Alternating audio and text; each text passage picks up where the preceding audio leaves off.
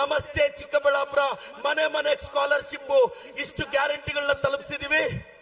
ಕರ್ನಾಟಕದಲ್ಲಿ ನಾನು ಸೇರಿದಂತೆ ಲಕ್ಷಾಂತರ ಜನ ಕಾಂಗ್ರೆಸ್ ಕಾರ್ಯಕರ್ತರು ಕೆಪಿಸಿಸಿ ಕಚೇರಿಯಲ್ಲಿ ಕಸ ಗುಡಿಸೋದು ನಮ್ಗೆ ಶ್ರೇಷ್ಠವಾದ ಕಾರ್ಯ ಅಂತ ಭಾವಿಸ್ತಾ ವೇದಿಕೆಯಲ್ಲೂ ಎಲ್ರಿಗೂ ಆಹ್ವಾನ ಕೊಡ್ತಾ ನನ್ನ ಉಸ್ತುವಾರಿ ಸಚಿವರಿಗೆ MC ಸಾಹೇಬರಿಗೆ ನಿಮ್ ಚಪ್ಪಾಳೆ ಮುಖಾಂತರ